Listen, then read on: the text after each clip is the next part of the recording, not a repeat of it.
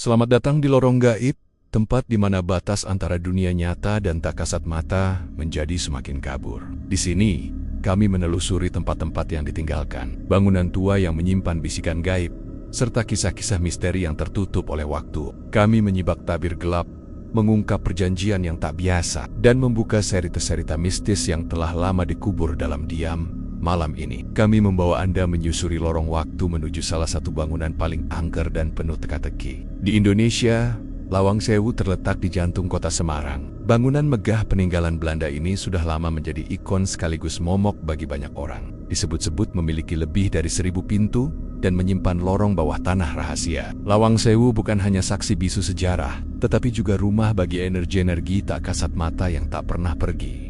Berbagai kisah menyeramkan muncul dari balik pintu-pintu tuanya.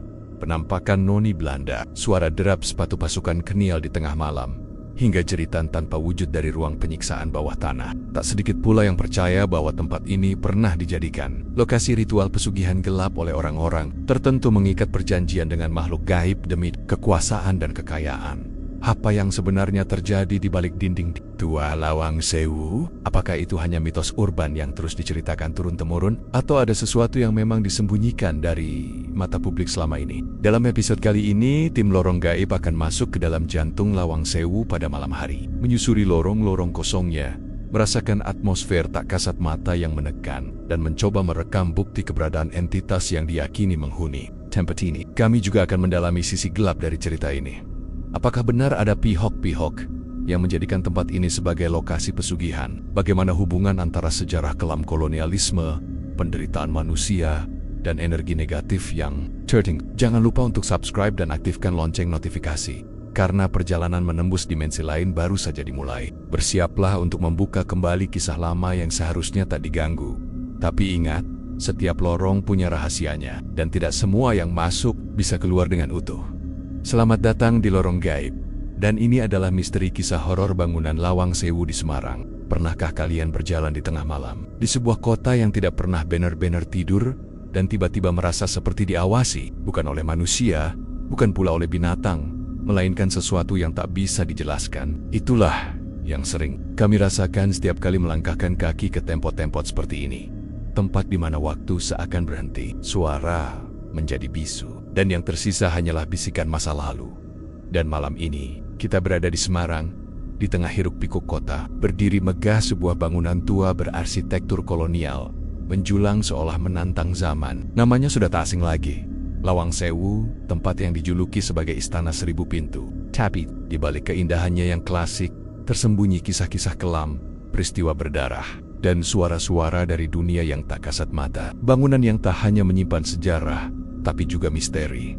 Bangunan yang katanya tidak pernah benar-benar kosong. Lawang Sewu, nama yang terdengar indah, nyaris puitis. Tapi bagi warga Semarang dan sekitarnya, nama itu membawa rasa ngeri yang tak mudah dihapus. Ada yang berkata, jumlah pintu di bangunan ini tidak bisa dihitung secara pasti. Semakin dihitung, semakin membingungkan. Seolah-olah pintu-pintu itu hidup, berubah, dan mengelabui siapapun yang mencoba menguak rahasia di dalamnya.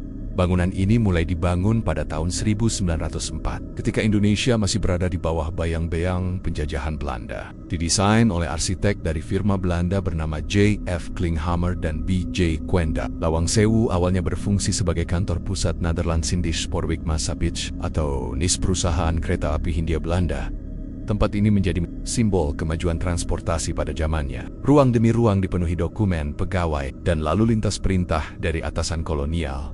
Namun seiring berjalannya waktu dan pergantian kekuasaan, fungsi bangunan ini pun berubah. Ketika Jepang masuk dan mengambil alih kekuasaan pada tahun 1942, Lawang Sewu menjadi markas militer. Dan dari sinilah cerita-cerita menyeramkan itu bermula. Ruang bawah tanahnya yang luas dan tersembunyi, konon dijadikan penjara dan tempat penyiksaan oleh tentara Jepang. Di sanalah jeritan tanpa suara tertinggal, membekas pada dinding-dinding lembab yang tak pernah benar-benar kering.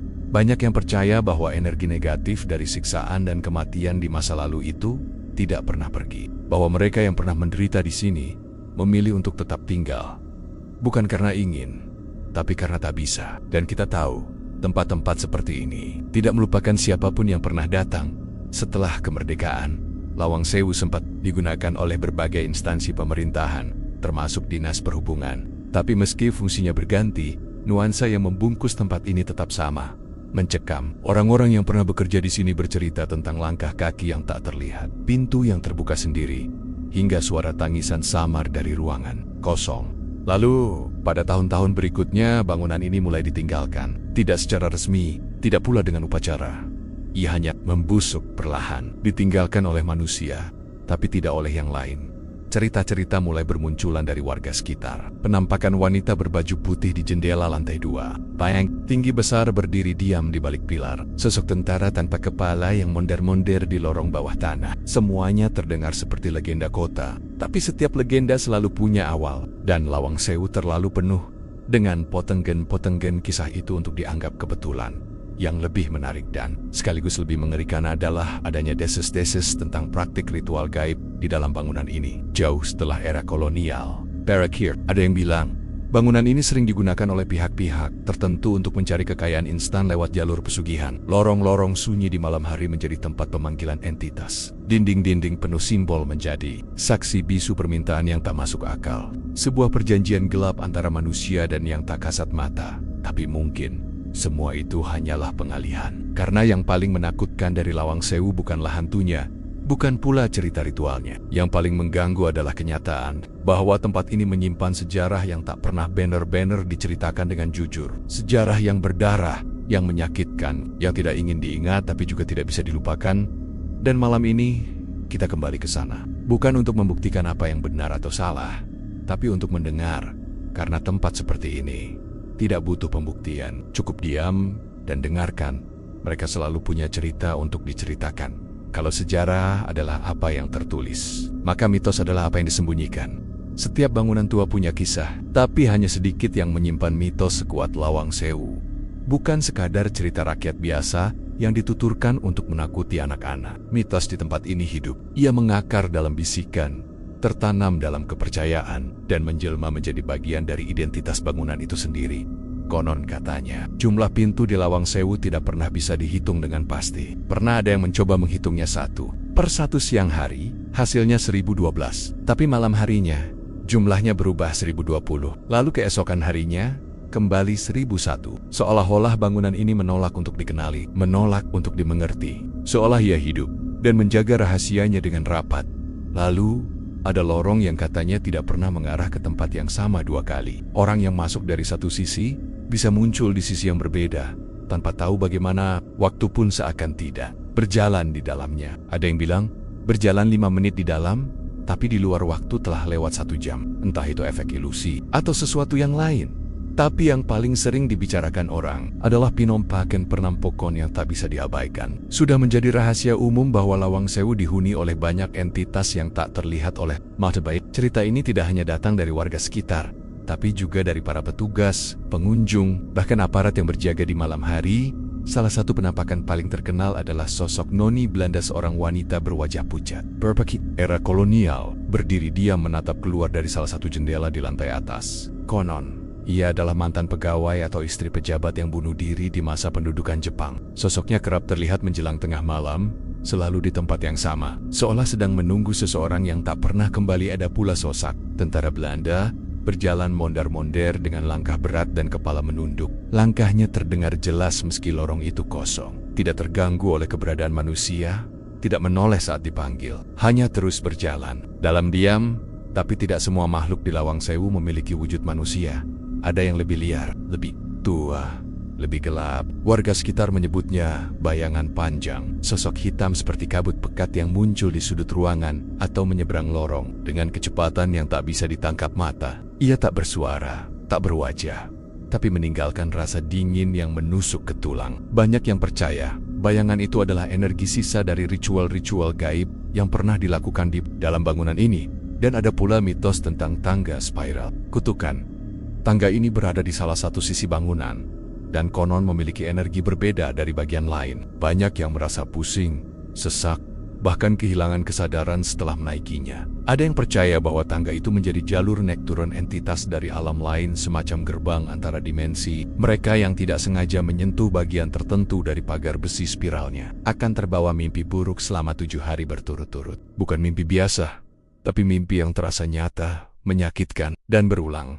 Tak sedikit pula yang percaya bahwa Lawang Sewu bukan hanya dihuni, tapi juga dijaga. Sosok penjaga tak terlihat yang mengawasi siapapun yang masuk tanpa izin, terutama saat malam menjelang. Mereka yang datang dengan niat buruk, entah untuk mencari sensasi atau mencoba hal-hal di luar batas, selalu mendapat balasan, entah langsung atau perlahan-lahan setelah pulang.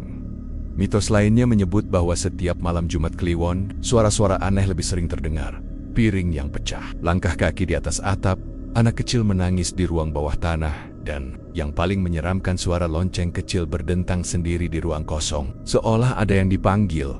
Ada satu lagi kepercayaan lokal yang cukup kuat, bahwa siapapun yang berani tidur sendirian di ruangan utama, tepat di tengah malam, akan didatangi oleh tamu tak diundang.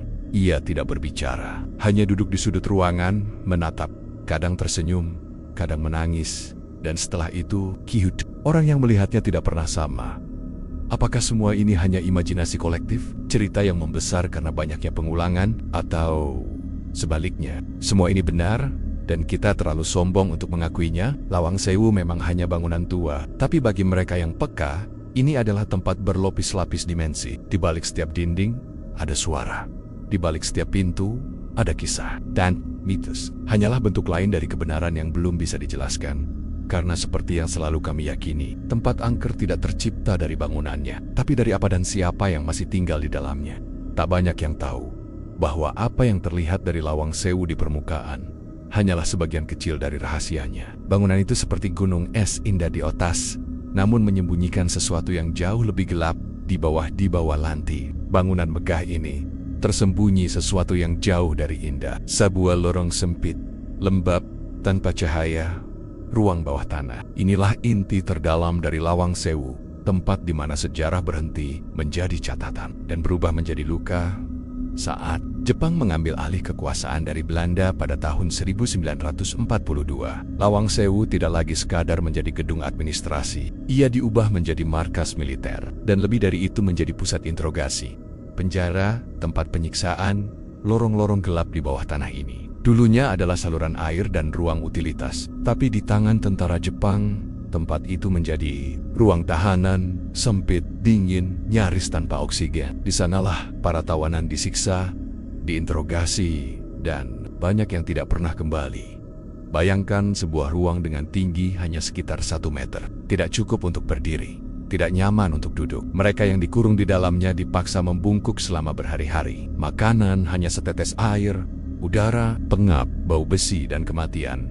Menurut cerita para sejarawan dan saksi, para pejuang kemerdekaan, tokoh lokal, bahkan warga sipil yang dituduh tanpa alasan, dijebloskan ke dalam sana. Ada yang dipukul hingga tulangnya patah, ada yang kukunya dicabut, dan ada yang mati pelen-pelen, tanpa suara, karena tak ada yang bisa mendengar. Teriakannya, lorong-lorong itu menyimpan teriakan yang tak pernah berhenti. Bukan karena suaranya masih ada, tapi karena rasa sakitnya belum pernah benar-benar pergi. Banyak pengunjung yang mengaku mendengar suara jeritan samar dari ujung lorong, meski tempat itu sudah kosong selama puluhan tahun. Ada pula yang merasa pundaknya disentuh oleh tangan dingin tak kasat mata. Tidak semua yang pernah masuk ke sana sanggup bercerita. Sebagian memilih diam, sisanya jatuh sakit setelahnya. Yang lebih aneh adalah kenyataan bahwa tidak semua lorong bawah tanah itu bisa dijelaskan dengan logika. Ada ruang-ruang yang tak tercatat dalam denah. Ada belokan yang tak bisa dilacak, seolah bergerak sendiri. Bahkan beberapa mantan pekerja restorasi mengaku tersesat di bawah sana selama berjam-jam, padahal mereka hanya masuk sebentar. Seolah tempat itu mengubah bentuknya, menyesuaikan dirinya, tergantung siapa yang masuk, dan kemudian muncul pertanyaan yang lebih dalam. Apakah penderitaan di masa lalu meninggalkan jejak? Bukan sekadar memori atau data sejarah, tapi jejak energi, trauma yang membekas pada dinding, lantai, dan udara. Mungkin ruang bawah tanah Lawang Sewu menyimpan sisa dari semua itu? Spiritualis yang pernah masuk ke sana mengatakan bahwa energi di bawah tanah berbeda, lebih berat, lebih menekan. Bahkan, menurut mereka, entitas yang ada di atas seperti penampakan noni Belanda atau bayangan hitam bukanlah roh dari masa kolonial, melainkan penarik makhluk lain yang tumbuh dari sisa penderitaan manusia. Mereka bukan korban, mereka pemangsa rasa sakit. Ada pula teori bahwa tempat penyiksaan seperti ini menjadi titik pertemuan antara dimensi ketika seseorang disiksa hingga ajal. Kesadarannya yang terpecah antara tubuh dan jiwa meninggalkan celah, dan celah itu membuka pintu yang tak seharusnya terbuka. Beberapa pengunjung yang nekat duduk diam di ruang bawah tanah melaporkan hal yang serupa, suara besi diseret, deru nafas dari belakang leher, bau anyir darah yang muncul tiba-tiba, lalu sunyi. Sunyi yang bukan seperti kesepian, melainkan kesunyian yang dipenuhi rasa waspada, seperti suasana di detik-detik sebelum sesuatu yang mengerikan terjadi.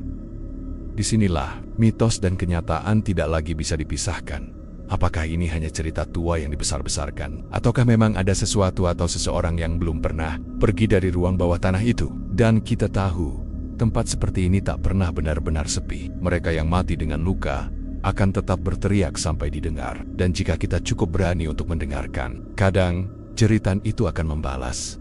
Mungkin itu sebabnya banyak orang menyarankan agar tidak terlalu lama berada di bawah sana. Bukan karena takut tersesat, tapi takut terbawa. Karena entitas di tempat seperti ini tidak hanya menampakkan diri, mereka bisa melekat, mengikuti, dan perlahan-lahan mengambil alih di ruang bawah tanah Lawang Sewu. Sejarah berubah menjadi cermin, dan mereka yang masuk tanpa niat tulus bisa melihat dirinya berubah menjadi bagian dari lorong itu sendiri. Dan jika kalian bertanya, apakah jeritan masa lalu masih bisa terdengar? Kami hanya bisa menjawab, jangan dengarkan terlalu lama, karena suara itu bisa menjawab balik. Kita sering berpikir bahwa bangunan angker hanya dihuni oleh sisa-sisa masa lalu, arwah penasaran, bayangan tragedi. Namun, Lawang Sewu tidak sesederhana itu.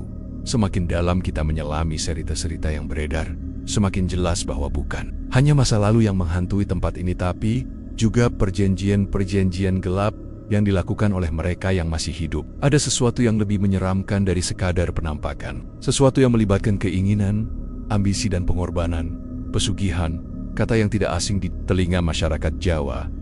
Jalan pintas menuju kekayaan, kekuasaan, pengaruh dengan harga yang tak bisa dibayar dengan uang. Dan dari cerita-cerita yang kami kumpulkan, Lawang Sewu dengan segala keangkerannya pernah menjadi salah satu titik tempat jalur itu dijalankan secara diam-diam. Tentu, secara resmi tak ada yang mau mengakuinya. Tak ada catatan, tak ada dokumentasi. Namun, banyak petunjuk kecil yang ditemukan oleh orang-orang yang pernah menyusuri tempat ini di malam hari. Simbol-simbol asing yang digores di tembok tersembunyi. Lingkaran arang yang tampak seperti bekas ritual pemanggilan. Sisa bunga-bunga kering, dupa terbakar, dan kadang darah segar yang masih menetes di ubin.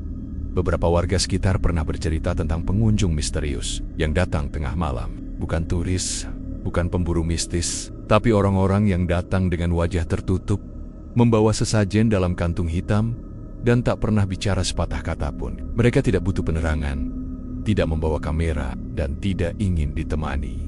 Ada dugaan bahwa sebagian dari mereka adalah pegiat ilmu hitam, bukan sekadar mencari pengalaman mistis, tapi memanggil sesuatu, mencari perjanjian, mengikat kontrak dengan makhluk tak kasat mata yang dipercaya menghuni Lawang Sewu. Ada yang bilang, tempat ini menyimpan energi sangat tua, energi dari penderitaan dan kematian yang bisa ditarik dan dimanfaatkan oleh mereka yang tahu caranya. Menurut penuturan spiritualis yang pernah mencoba membaca tempat ini, aura yang memancar dari ruang bawah tanah Lawang Sewu bukan hanya energi kematian, tapi energi pemanggilan. Seperti tempat yang pernah atau sering digunakan sebagai jalur komunikasi dengan entitas tertentu. Dalam istilah spiritual Jawa, dikenal sebagai panser gaib, titik tumpu di mana dimensi manusia dan dimensi lain saling bersentuhan. Dan seperti yang kita tahu, dalam dunia pesugihan, lokasi adalah segalanya. Tempat yang mengandung trauma kolektif, penderitaan, atau darah lebih mudah ditembus oleh makhluk gaib. Seolah mereka merasa betah, dan Lawang Sewu punya semuanya. Sejarah kelam, penyiksaan, dan kematian tanpa upacara. Tak heran jika tempat ini dianggap cocok sebagai media ritual. Beberapa praktisi klinik percaya bahwa di tempat seperti Lawang Sewu, seseorang bisa melakukan pemanggilan danyang, penjaga gaib yang dulunya adalah manusia, tapi kemudian berubah menjadi entitas yang bisa dikendalikan dengan imbalan tertentu, biasanya tumbal, sesuatu yang harus dikorbankan sebagai bagian dari kesepakatan. Ada pula mitos yang lebih kelam, bahwa Lawang Sewu pernah dijadikan lokasi pesugihan tuyul tingkat tinggi. Bukan sekadar tuyul pencuri uang pasar, tapi jenis entitas cerdas yang bisa masuk ke sistem keuangan. Bahkan melalui mimpi, mereka tidak berwujud anak kecil. Mereka menyamar. Dan Catania hanya bisa dipanggil dari tempat dengan pintu banyak sebagai simbol keluar masuk dunia mereka. Apakah semua ini benar? Kita mungkin tak akan pernah tahu pasti. Tapi yang jelas, terlalu banyak cerita yang mengarah pada satu pola. Bahwa tempat ini bukan sekadar angker, tapi juga dimanfaatkan oleh orang-orang tertentu untuk tujuan pribadi. Dan mereka datang bukan untuk mendokumentasikan, tapi untuk mengikat perjanjian. Dan kita tahu, perjanjian dengan dunia gaib tidak pernah gratis. Apapun yang diminta, akan dibayar. Kalau bukan oleh orang yang memanggil, maka oleh orang-orang di sekitarnya. Mungkin itu sebabnya, banyak yang sakit setelah masuk ke area tertentu. Di Lawang Sewu, bukan karena diganggu, tapi karena menjadi korban imbal balik dari ritual yang tidak selesai. Dan ada satu hal yang membuat bulu kuduk kami merinding. Seorang mantan penjaga malam yang kini memilih tinggal jauh dari kota pernah berkata, tempat itu sekarang memang jadi destinasi wisata, tapi malam hari, tidak semua yang ada di dalam adalah pengunjung. Kami bertanya, siapa yang dimaksud? Ayap hanya menjawab pelan, yang datang tengah malam tak selalu keluar sebagai manusia yang sama. Kami karena terkadang keheningan mengandung lebih banyak kebenaran daripada kata-kata. Dan kalau benar ada perjanjian di dalam bangunan ini, jika benar ada ritual yang pernah dijalankan, maka satu hal yang pasti, Lawang Sewu bukan hanya tempat yang berhantu. Ia adalah tempat di mana ambisi manusia bertemu dengan kelicikan makhluk gaib. Dan di tengah-tengah itu, berdiri 1000 pintu. Tapi tidak semua bisa membawa kita pulang. Kita sering mendengar bahwa ketakutan itu lahir dari pikiran. Tapi bagaimana jika rasa takut itu berasal dari sesuatu yang benar-benar nyata? Sesuatu yang tidak bisa dijelaskan oleh akal sehat, tapi dialami oleh banyak orang, di waktu dan cara yang berbeda namun dengan pola yang sama. Lawang Sewu bukan sekadar bangunan tua.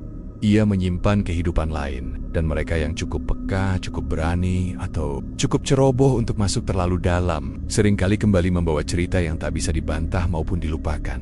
Selama bertahun-tahun. Begitu banyak kesaksian dari warga sekitar, penjaga malam, tim dokumentasi, hingga pengunjung biasa yang mengaku mengalami kejadian mistis secara langsung. Kejadian yang meninggalkan bekas, bukan hanya di tubuh, tapi juga di jiwa. Salah satu penampakan paling terkenal adalah Noni Belanda, sosok wanita berwajah pucat, bergaun panjang zaman kolonial, sering terlihat berdiri di balik jendela lantai 2. Ia tidak bergerak, hanya berdiri memandang kosong keluar jendela. Tapi banyak yang percaya bahwa tatapan kosong itu sebenarnya sedang menembus bukan ke jalan di luar, tapi ke masa lalu, ke tempat di mana hidupnya berakhir dengan cara yang tragis. Konon, ia adalah istri dari salah satu petinggi Belanda yang bunuh diri di dalam gedung setelah mendapat kabar kekasihnya tewas di tangan tentara Jepang. Tapi ada pula yang percaya ia bukan manusia. Ia adalah penunggu tempat itu sejak awal, sebuah ilusi dari entitas yang meminjam bentuk manusia untuk menarik perhatian atau menyesatkan. Lalu ada penampakan sosok pria bertopi, berpakaian militer era kolonial, berjalan pelan di lorong belakang bangunan utama. Banyak yang menyangka itu aktor atau bagian dari atraksi. Tapi setelah didekati, sosok itu perlahan kabur. Kebalik dinding bukan hilang, tapi menembusnya. Salah satu pengunjung bahkan sempat merekamnya, tapi hasil video tampak blur dan wajahnya tidak pernah tertangkap dengan jelas.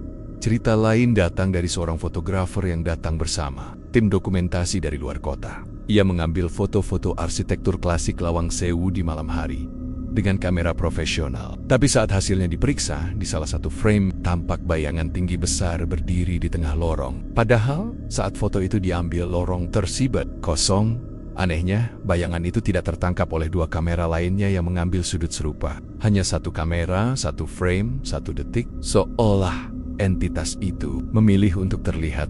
Tim penelusur mistis dari salah satu komunitas supranatural juga pernah mengalami gangguan di ruang bawah tanah. Salah satu anggota mereka tiba-tiba menenggus. Tanpa suara, matanya kosong, tangannya gemetar, seolah melihat sesuatu yang tidak bisa ia jelaskan. Saat ditarik keluar, ia hanya berulang kali berkata, ada yang dipenjara di sana, tapi bukan manusia. Kalimat itu menghantui mereka selama berminggu-minggu.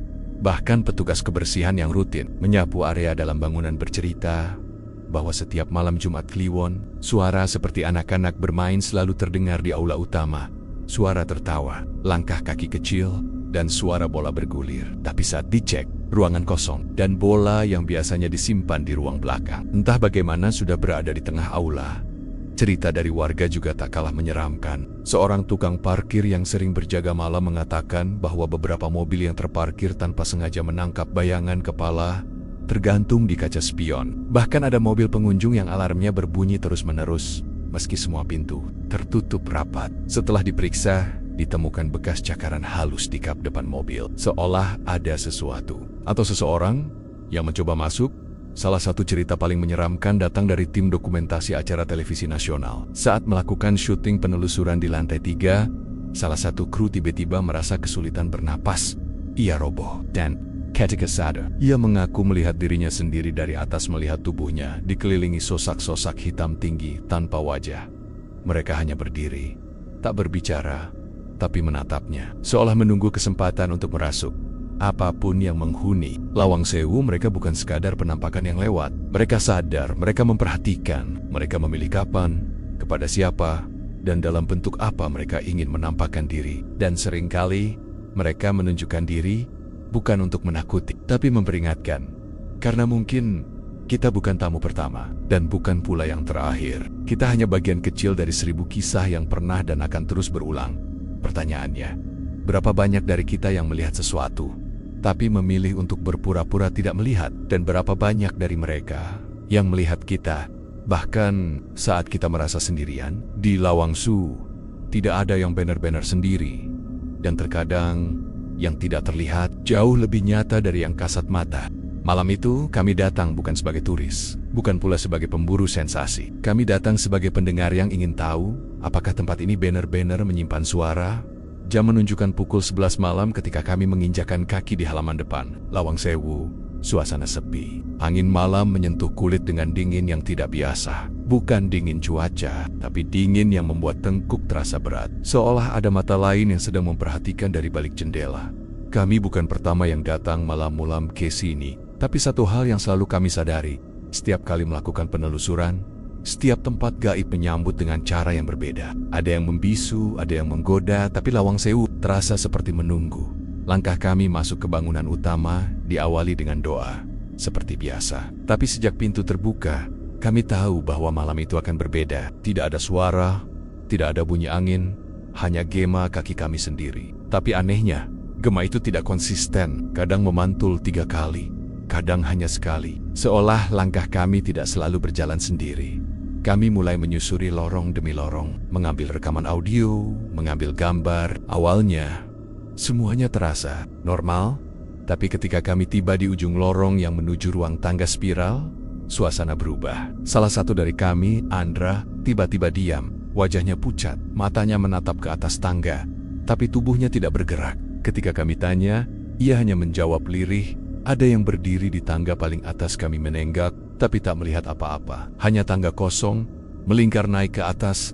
Namun beberapa detik kemudian, suara langkah kaki terdengar dari atas, pelan, menurun. Langkah berat, teratur seperti sepatu bot, tapi tidak ada siapapun di sana. Dan ketika langkah itu berhenti, udara di sekitar kami tiba-tiba menjadi panas. Seperti ruangan tertutup rapat. Meski semua ventilasi terbuka, nafas menjadi lebih cepat, dan jantung berdebar. Bukan karena takut, tapi karena tubuh seperti tahu bahwa sesuatu sedang mendekat. Kami melanjutkan perjalanan ke ruang bawah tanah, tempat yang dari awal memang menjadi fokus kami. Saat kami membuka pintu menuju lorong menurun, suara bisikan samar terdengar. Pelan, seperti suara perempuan menyanyi. Nadanya naik turun, lirih, dan tidak kami kenali. Bukan bahasa Indonesia, bukan Jawa, tapi seperti mantra yang ditarik dari masa lalu. Di dalam ruang bawah tanah, kegelapan menyelimuti segalanya. Cahaya senter tidak cukup menerangi seluruh lorong. Hanya potongan kecil cahaya yang bergerak bersama tangan kami. Suara tetesan air terdengar jelas.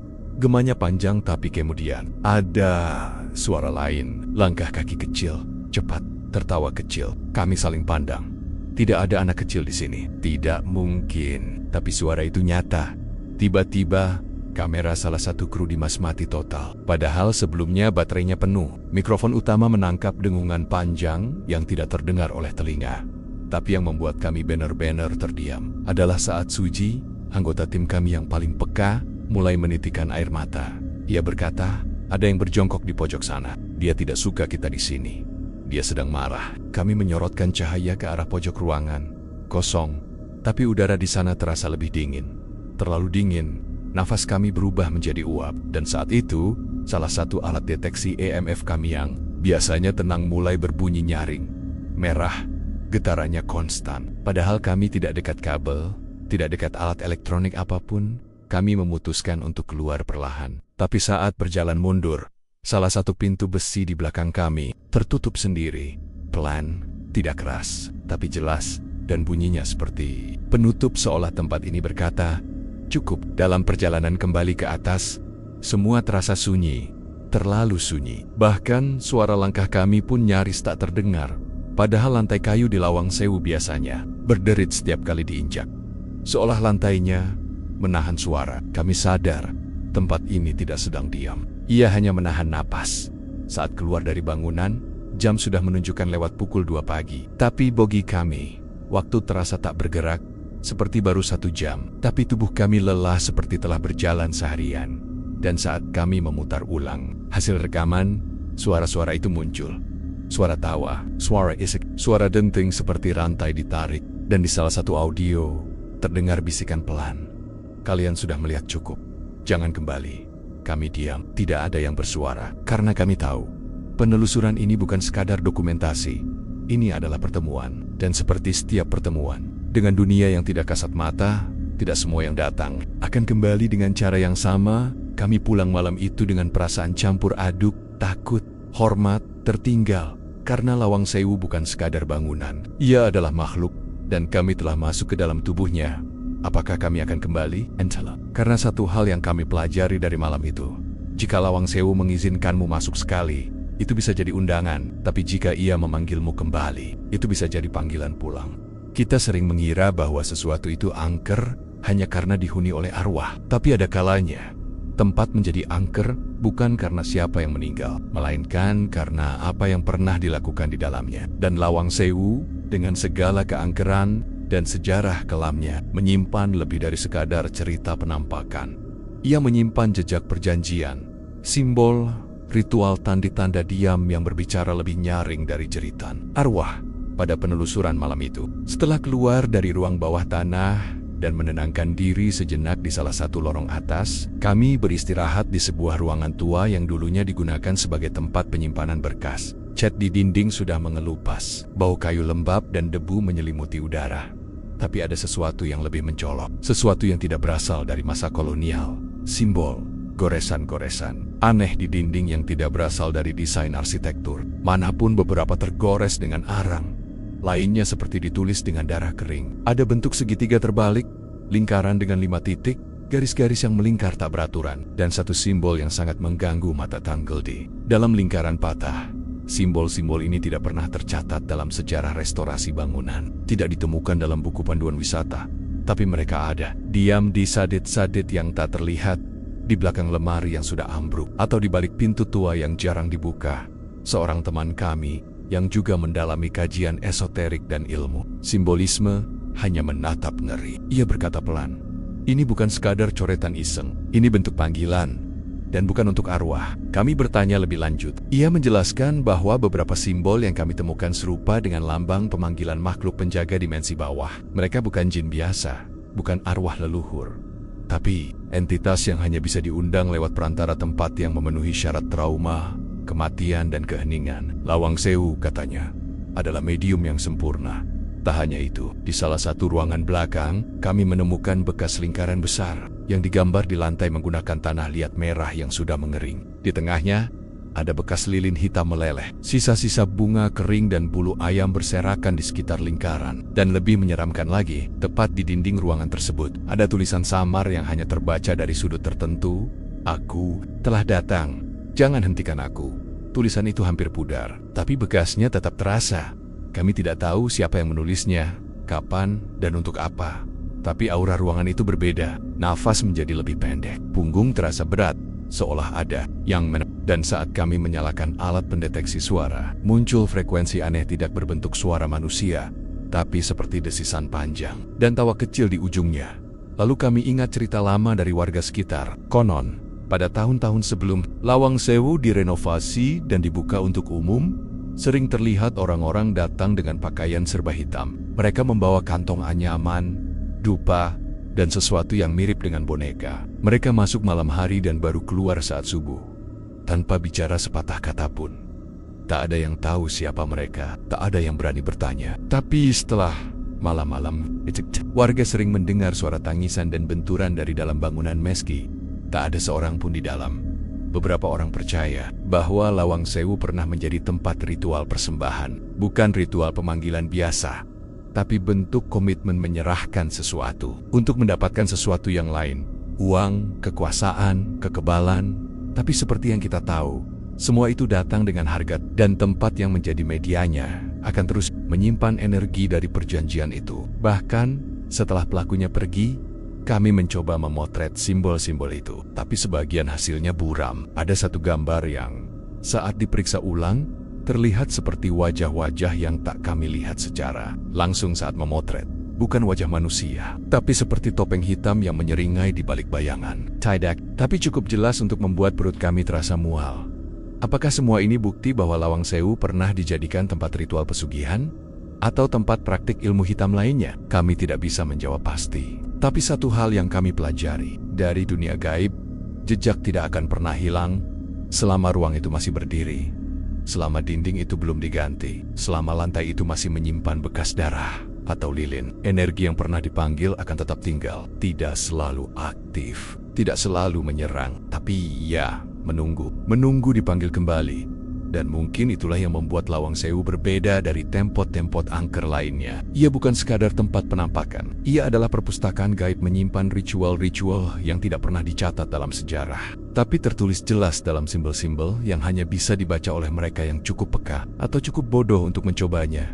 Karena satu hal yang perlu diingat, simbol bukan sekadar tanda, ia adalah pintu. Dan setiap pintu menyimpan sesuatu yang ingin keluar. Setelah menyusuri lorong demi lorong, merekam penampakan, menemukan simbol, merasakan getaran aneh yang tidak bisa dijelaskan, kini saatnya kita berhenti sejenak, menarik napas, lalu bertanya pada diri sendiri, apa sebenarnya yang terjadi di Lawang Sewu? Apakah semua ini benar-benar berasal dari dunia gaib? Atau mungkinkah semuanya hanya rekayasa rasa takut kita sendiri? Sebagian orang mungkin akan berkata, semua ini bisa dijelaskan secara logis. Penampakan adalah efek cahaya dan kelelahan mata. Suara-suara aneh hanyalah hasil gema bangunan tua yang memantulkan bunyi. Aura dingin, itu karena ventilasi rusak dan kelembapan tinggi. Alat-alat perekam yang rusak bisa jadi hanya interferensi, sinyal, atau kesalahan teknis. Bahkan bisikan-bisikan yang terekam. Mungkin suara warga sekitar yang terpantul masuk. Atau hembusan angin yang kebetulan membentuk nada mirip suara manusia ya. Mungkin saja. Namun, bagaimana jika semua penjelasan logis itu hanya berlaku sampai titik tertentu? Bagaimana jika ada hal-hal yang tidak bisa dijelaskan hanya dengan logika? Seorang psikolog yang pernah kami ajak diskusi berkata, ketika seseorang sudah masuk ke tempat dengan sugesti bahwa itu angker, maka otaknya akan bekerja menciptakan pengalaman yang menguatkan keyakinan itu. Kita menjadi sensitif terhadap suara, bayangan, bahkan aroma. Semua dikaitkan dengan gangguan gaib. Padahal bisa jadi hanya hasil olahan otak yang bekerja berlebihan. Tapi kami pun menjawab, jika benar semuanya hanya ilusi, mengapa seringkali penggalaman-penggalaman itu dialami bersama? Satu orang merasa melihat sosok, orang lain juga merasakan hal yang sama di waktu bersamaan, bahkan terekam dalam kamera. Apakah itu masih bisa disebut halusinasi kolektif? Kami bukan ingin menolak logika. Kami tidak anti-sains. Justru sebaliknya kami ingin semua ini diuji. Diuji oleh alat, diuji oleh akal, diuji oleh data. Tapi justru setelah itu, kami mendapati bahwa tidak semua hal bisa diuji dengan metode ilmiah. Setidaknya, belum. Lawang Sewu bukan hanya bangunan tua, ia adalah ruang yang telah menyimpan trauma berlapis-lapis. Dari kolonialisme, penyiksaan, kematian, keserakahan, hingga kemungkinan praktik ilmu hitam. Dan dalam keyakinan banyak budaya, trauma itu meninggalkan bekas bukan hanya dalam sejarah, tapi dalam energi, dalam suasana, dalam getaran yang dirasakan tapi tak bisa dijelaskan. Banyak spiritualis percaya bahwa tempat menyimpan memori dari kejadian-kejadian ekstrem. Tempat seperti Lawang Sewu dengan ribuan pintunya, lorong gelapnya, dan ruang bawah tanahnya menjadi semacam hard escape. yang menyimpan semua itu. Dan mereka yang masuk dengan hati terbuka bisa mengakses memori itu. Kadang lewat penglihatan, kadang lewat mimpi, kadang lewat rasa takut yang muncul tiba-tiba tanpa alasan yang jelas.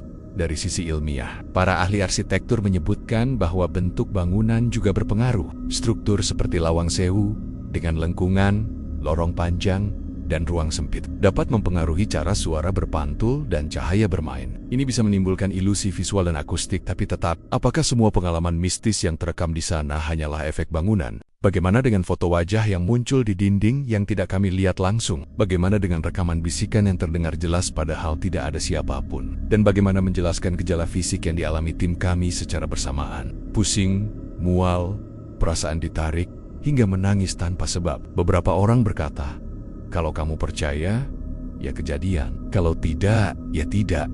Tapi di Lawang Sewu, percaya atau tidak, kadang bukan pilihan. Karena kami menyaksikan sendiri bahwa ada yang bergerak di tempat itu, meski tidak terlihat. Ada yang memperhatikan, menunggu, dan sesekali berkomunikasi. Kami tidak meminta Anda untuk langsung percaya pada dunia gaib. Tapi kami juga tidak bisa menutup mata terhadap pengalaman yang terjadi berulang kali. Terjadi pada banyak orang di tempat yang sama. Akhirnya, semua kembali pada Anda. Apakah Lawang Sewu benar-benar angker? Atau semua itu hanya cerita yang diperkuat oleh legenda? Kami hanya menyampaikan apa yang kami lihat, apa yang kami dengar, dan apa yang kami rasakan. Karena di titik tertentu, logika dan mistis bukan saling meniadakan, tapi saling melengkapi. Karena bukankah hidup ini sendiri adalah misteri, dan Lawang Sewu hanyalah cermin dari sisi gelap yang kita sembunyikan dari dunia. Ada satu hal yang sering dilupakan oleh mereka yang datang ke tempat angker, terutama tempat sekuat dan setua Lawang Sewu.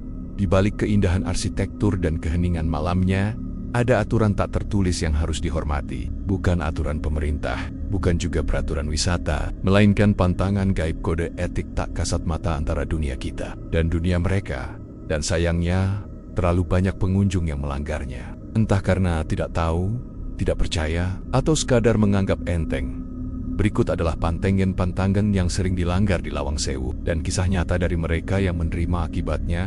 Satu berbicara sembarangan, menghina tempat. Salah satu pelanggaran paling umum. Banyak pengunjung masuk sambil berseloroh, tertawa keras, bahkan mengejek. Katanya angker. Kok biasa aja? Mana hantunya? Hoax ini mah. Dan beberapa menit kemudian, mereka jatuh pingsan, mual, pusing, atau mendadak lupa arah keluar. Konon, makhluk di tempat ini tidak suka dipermalukan. Bukan karena mereka ingin disembah, tapi karena mereka sadar sedang diperhatikan.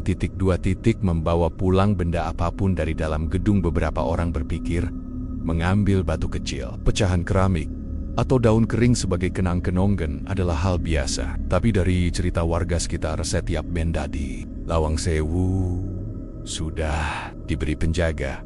Ada cerita tentang seorang mahasiswa yang membawa pulang potongan ubin tua dari ruang bawah tanah. Malamnya ia mimpi didatangi sosok tinggi gelap yang hanya berdiri di pojok kamar, tidak bergerak. Mimpi itu berulang hingga ia mengembalikan benda tersebut diam dayum ke tempat asalnya. Memanggil-manggil, penampakan atau menantang. Kalau memang ada, tunjukkan dirimu. Kalimat ini terlalu sering terdengar dan tak jarang langsung diikuti dengan peristiwa ganjil. Seorang pengunjung wanita pernah berani berteriak menantang di salah satu lorong. Malam harinya, tubuhnya terasa kaku. Dadanya seperti ditekan. Ia bangun dengan bekas biru di lengannya, seperti dicengkeram kuat. Tidak ada yang bisa menjelaskan penyebabnya secara medis.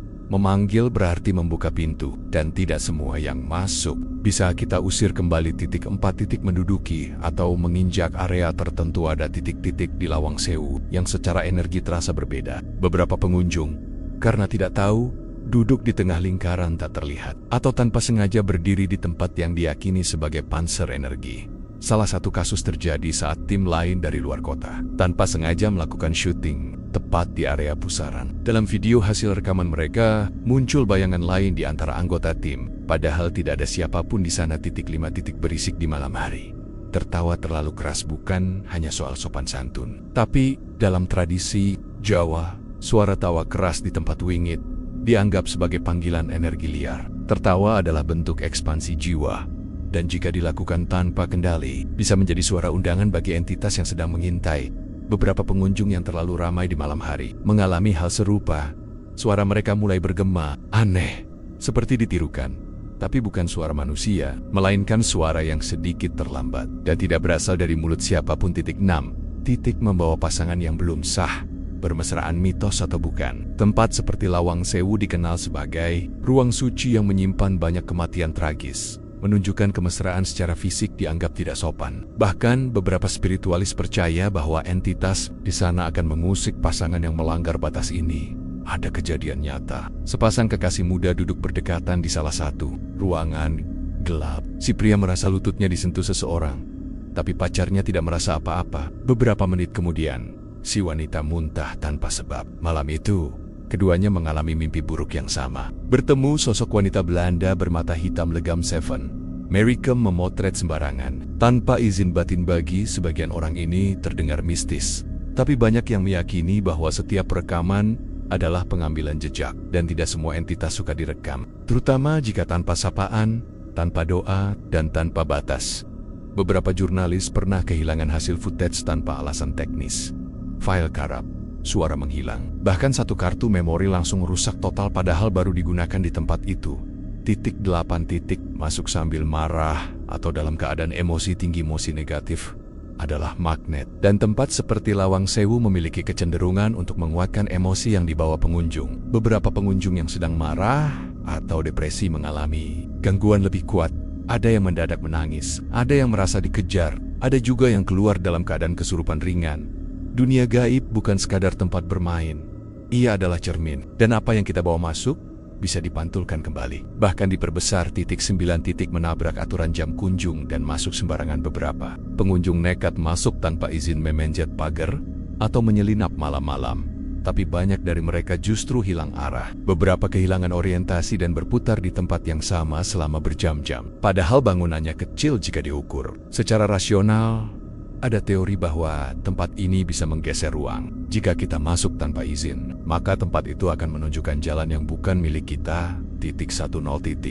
Meremehkan pantangan itu sendiri. Yang paling sering terjadi adalah pengunjung yang tidak percaya. Menganggap semua pantangan ini hanya bumbu mistis belaka. Tapi justru yang seperti ini sering jadi sasaran. Karena bagi dunia lain, ketidaktahuan bukan perlindungan. Ketidaktahuan adalah pintu yang terbuka lebar.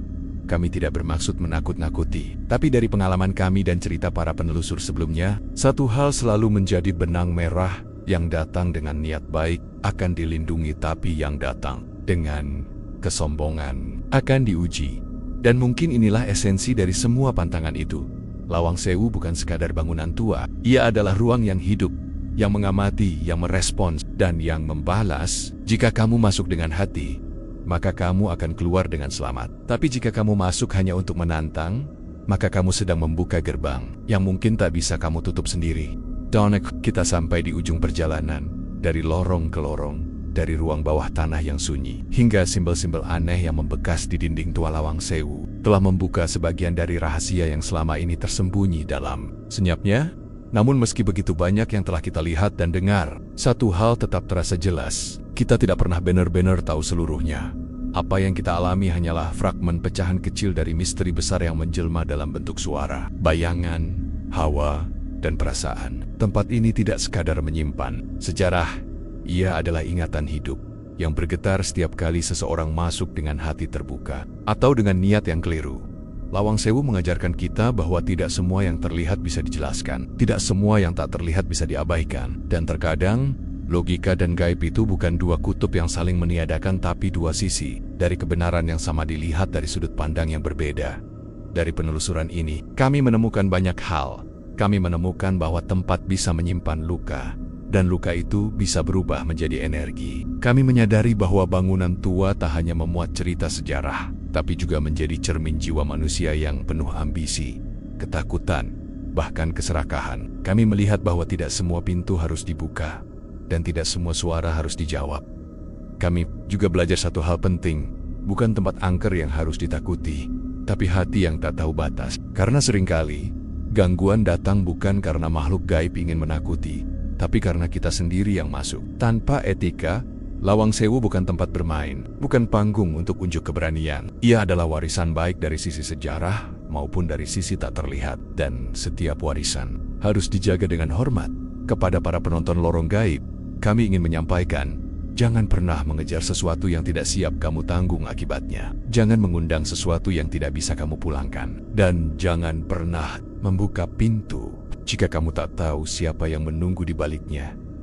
Apa yang kami alami di sini adalah pengalaman nyata. Tapi bagaimana kamu menafsirkannya, kami serahkan sepenuhnya kepadamu. Percaya atau tidak, itu hakmu. Tapi satu hal yang pasti, hormati tempat-tempat tua. Hormati yang tak terlihat. Hormati batas jika kamu menyukai penelusuran ini. Jangan lupa untuk like, share, dan subscribe ke channel kami. Lorong Gaib, kami akan terus menyelami ruang-ruang gelap yang dilupakan dan membawakan kisahnya untuk kamu. Dengan jujur, tanpa dramatisasi, dan tetap berpijak di antara dua dunia realita dan misteri. Sampai jumpa di penelusuran berikutnya. Di tempat yang mungkin lebih gelap, lebih sunyi, dan lebih tua dari yang pernah kamu bayangkan. Karena setiap lorong pasti punya ujung, tapi tidak semua lorong membawa kita pulang. Selamat malam, dan hati-hati dengan pintu yang tidak pernah tertutup sepenuhnya.